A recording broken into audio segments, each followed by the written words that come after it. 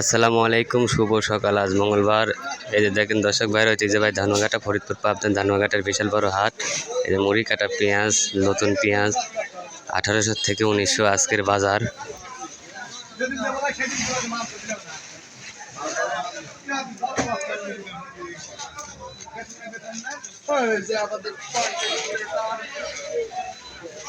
নতুন পেঁয়াজ, এই যে দেখেন রসুন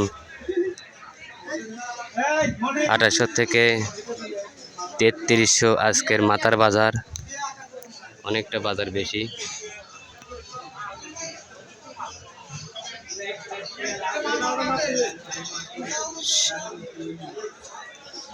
শীতে লোকজন গেছে কুসা, আমার ফোন পরি যায় হয়ে গেছে বুসা।